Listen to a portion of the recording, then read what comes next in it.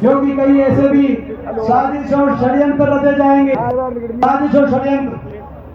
कई ऐसे कैंडिडेट आपके बीच में आएंगे जो वोट काटू और वोट काटने के लिए और बीजेपी को फायदा पहुंचाने के लिए आपके बीच में मिलेंगे। सरकार हो तो एक एक वोट आप धर्म सिंह छोकर जी हाथ के निशान पे देके देने का काम करना। जो वोट धर्म सिंह छोकर जी को जाएगी वही वोट दीपेंद्र को बनाएगी। आज वोट जो धर्म सिंह छोकर जी को जाएगी वही वोट दीपेंद्र को बनाएगी। और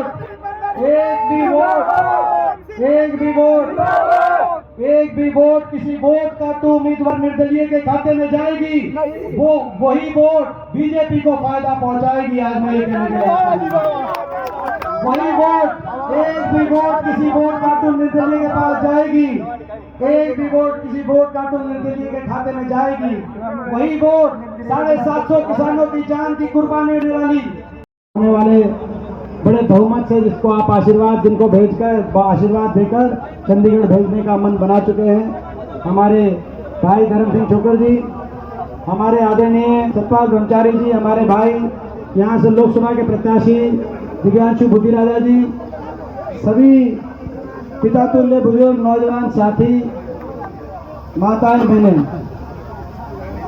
आज जिस घड़ी का आप बहुत लंबे अरसे से इंतजार कर रहे थे वो घड़ी आ गई है। बीजेपी की ये सरकार, अत्याचारी सरकार, अहंकारी सरकार, इस सरकार से जिससे आप दुखी होलिए थे नहीं होलिए थे, बीजेपी की इस सरकार से छिक लिया, कसर बाकी रह रही है।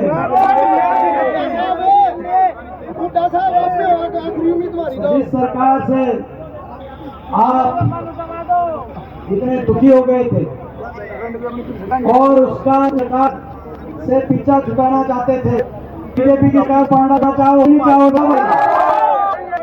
वोट आ गया है, वो पल आ गया है और चूकना मत, इस पल को मत चूकना, नहीं तो बहुत नुकसान हो जाएगा।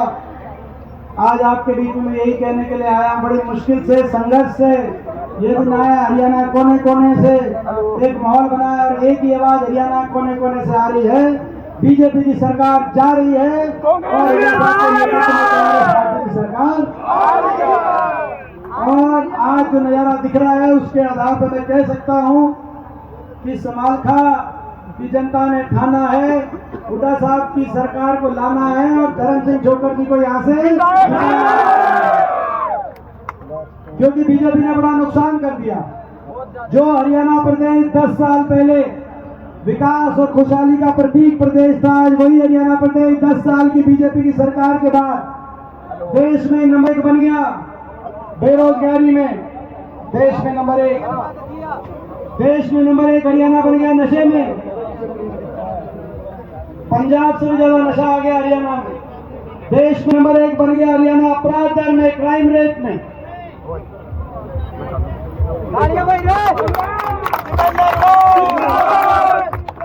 देश में हरियाणा अपराध में, बेरोजगारी में, नशे में आगे चला गया। बेरोजगारी और महंगाई ने आज हर घर के बजट का नुकसान कर दिया, हर नागरिक को उलझा दिया। बीजेपी की ऐसी सरकार आई दलाल की, हर नागरिक को उलझा दिया। कहीं पोर्टलों में किसी को उलझा दिया, पोर्टल में किसी को उलझा दिया, कागजों में, आईडी में, फ्री आईडी, प्रॉपर्टी आईडी, पहचान पत्र, पोर्टल, अपने कागज ठीक कराने के लिए गाड़ियों के चक्कर काटे जाओ।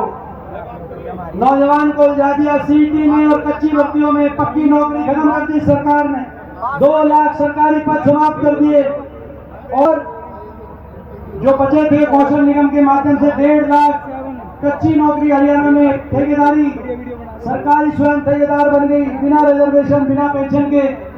3 साल पहले सीटी हुआ था, सीटी में उलझा दिया नौजवानों को। ऐसी स्थिति हरियाणा के नौजवानों की हो गई और 5 साल तक शोषण किया, नौकरी निकाल दी 2 साल से और बार बयान आए कि अब ज्वाइन कराएंगे, लोकसभा से पहले कराएंगे। लोकसभा का इलेक्शन आ गया, लोकसभा के बाद कराएंगे, विधानसभा का इलेक्शन आ गया, विधानसभा के पहले कराएंगे, और फिर ये कहा जब तो इलेक्शन हो गया तो अगली सभा में ज्वाइनिंग कराएंगे। ये नौजवान यहाँ पर ज्वाइनिंग के लिए जो घूम रहे हैं, ये नौजवान कीजिए, ये नौजवान आए यहाँ पे और कह रहे हैं कि आपकी सरकार आने जा रही है और हमें ज्वाइनिंग दिलवाना,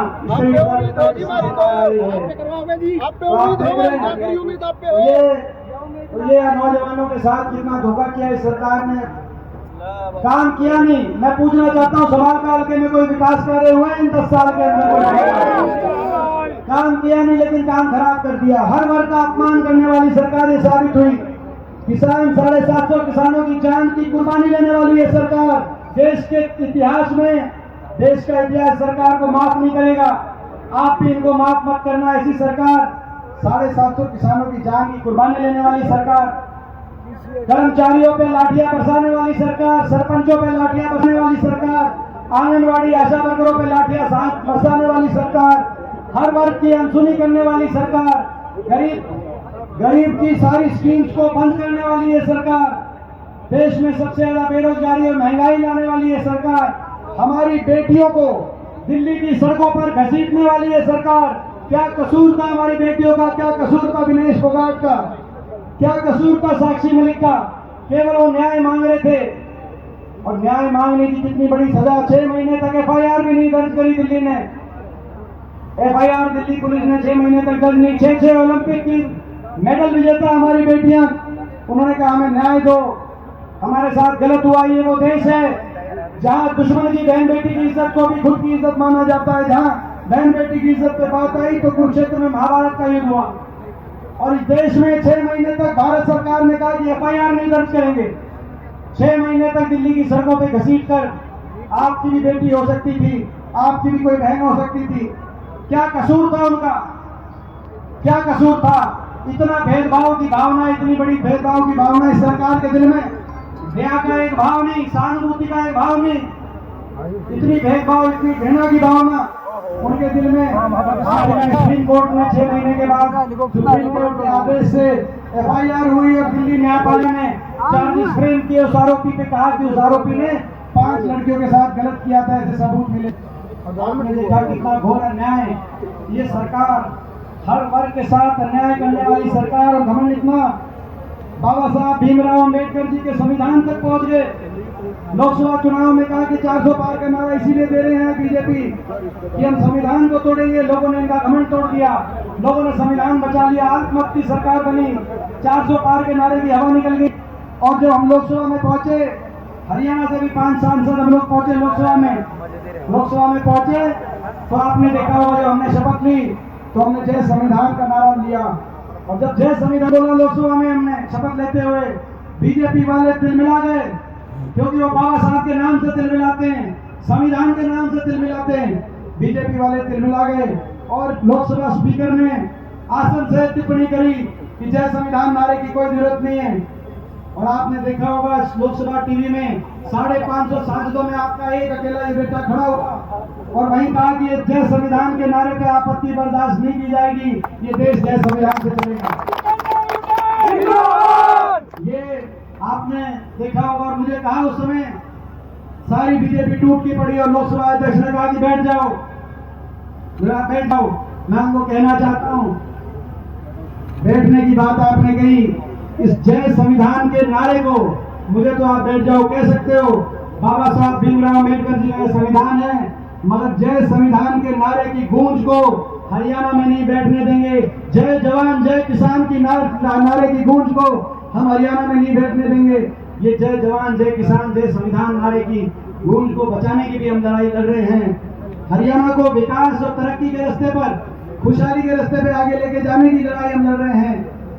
बीजेपी के इस कुशासन से, जिस कुशासन ने सबको दुखी किया 10 साल में, इतनी अहंकारी सरकार, मुख्यमंत्री किसी गांव में गई नहीं 10 साल किसी गांव में गई नहीं, किसी हल्के में गई भी, पता नहीं सवाल का हल्के में कितनी बार आई 10 साल में। खट्टर साहब अब आप देखो, खट्टर साहब सवाल करके में आए नहीं 10 साल में, 10 साल में नहीं आए। और अगर आए नहीं, और अगर ऐसे लोगों को मौका मिल जाओगे तो ये कहेंगे संभाल का तो हल्का है जहाँ बिना जाए वोट मिलती है। फिर तो जाने की काम कितने किए होंगे आप अंदाजा लगाओ, इनको दर्द कितना होगा आपका आप अंदाजा लगाओ। ये हमारा इलाका आपको याद होगा, जो अपनी सरकार थी, आप जिस दिन बुलाते थे वही अगले दिन वहाँ खड़े मिलते थे। दरोगा साहब आए, साहब आए, और शोकर साहब तुम्हारे घर के आदमी हैं, ये हाथ पकड़ के जहाँ लेके जाते थे वहाँ पे हम पहुँचते थे और विकास काम के लिए जो भी हल्के की तरफ से बात आती थी उसको पूरा कराने की कोशिश करते थे। यहाँ तो 10 साल चंडीगढ़ से ही नहीं निकले, इतना अहंकार और इतना घमंड इस सरकार को, बाबा साहब के संविधान तक घमंड पहुंच गया, जय जवान जय किसान के नारे तक घमंड पहुंच गया। तो मैं आज आप सबसे पूछना चाहता हूँ, हरियाणा में आज कांग्रेस के पक्ष में माहौल है, बड़ी लहर बनी। मैं पूछना चाहता हूँ समालखा में क्या करोगे?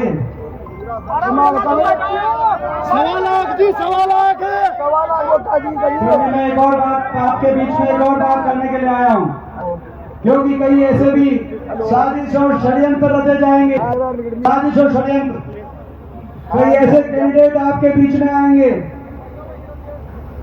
जो वोट काटू और वोट काटने के लिए और बीजेपी को फायदा पहुंचाने के लिए आपके बीच में मिलेंगे। कई ऐसे कैंडिडेट आएंगे, आपने देखा होगा बीजेपी के एक मंत्री का बयान आया जेपी दलाल जी का कि चाहे लोग कितने ही खिलाफ हो जाएं, हम श्याम चंद्र देव की राजनीति करेंगे। हम पहले तो ऐसे कैंडिडेट को उतारेंगे जैसे पिछली बार दुष्यंत चौटाला को और कई निर्दलियों को उतारा था, इस बार भी कई निर्दलियों को उतारेंगे ताकि कांग्रेस की वोट बढ़ सके, विपक्ष की वोट बढ़ सके, बीच में से बीजेपी निकल सके। और उसके बाद भी अगर कांग्रेस की सरकार अगर एमएलए आ गए तो हम तोड़ेंगे सरकार। ये आपने देखा बयान आया जेपी दलाल का, आप बताओ, खुल के कह रहे हैं कि हम वोट काटने के लिए उम्मीदवार उतारेंगे। ऐसे वोट काटो उम्मीदवारों से बचने की जरूरत है। ये देश का इतिहास आज आप भी देख रहे हैं, बड़े संघर्ष के बाद ये मौका आया है। इस मौके को चूक गए किसी वजह से तो इतिहास आपको माफ नहीं करेगा।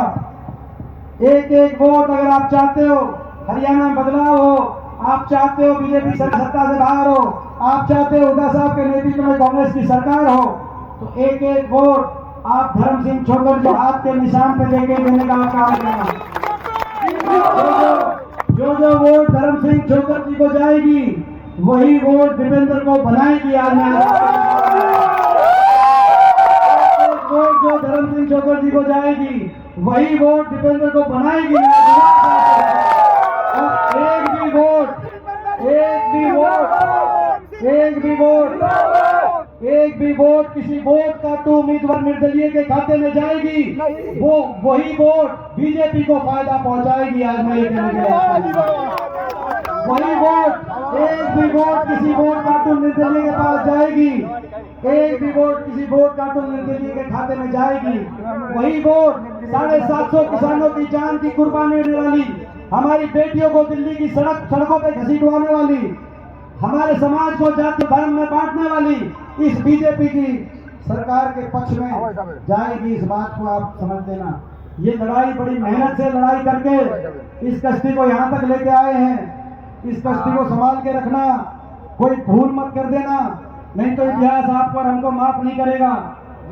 मेरी बात समझ गए कि नहीं समझ गए? समझ गए। भाई तो पहली बात तो ये है। दूसरी बात जो उन्होंने बीजेपी के मंत्री ने कही कि हम वोट काटू उम्मीदवार छोड़ेंगे ताकि कांग्रेस की सरकार ना बने, तो पहली तो मैंने वोट काटू उम्मीदवार की बता दी। दूसरी उन्होंने कहा कि अगर एमएलए भी आ गए तो भी हम तोड़ लेंगे।